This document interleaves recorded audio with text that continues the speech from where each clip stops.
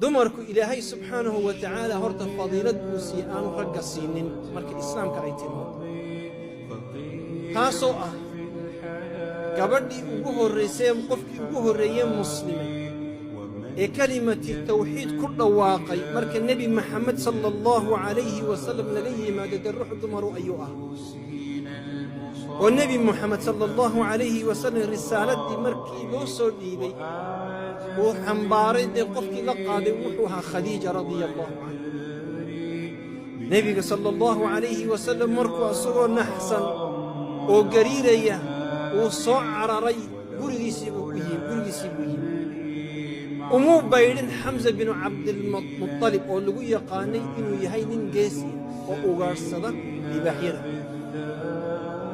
umuu tegin abu aalib oo ah adeerkii